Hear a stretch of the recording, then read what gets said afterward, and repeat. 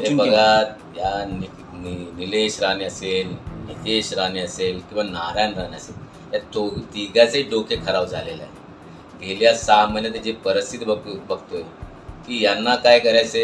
छत्रपती शिवाजी महाराजांचे पुतळा पडला, बदलापूरमध्ये जे बलात्कार झाला आणि त्यामुळे जे महाराष्ट्रात भारतीय जनता पार्टी, आमचे शिंदे शिवसेना आणि अजित पवार राष्ट्रवादी याच्या विरोधात एक वातावरण झाला।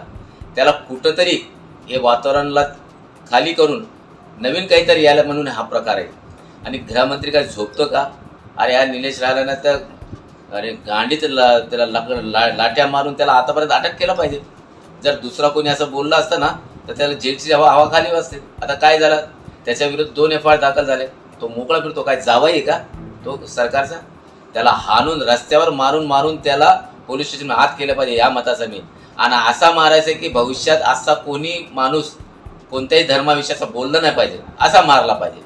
पण आता का गृहमंत्री, मला वाटतं की याच्या मागे गृहमंत्रीचा डोका तर नाही, मला असं शंका येतो।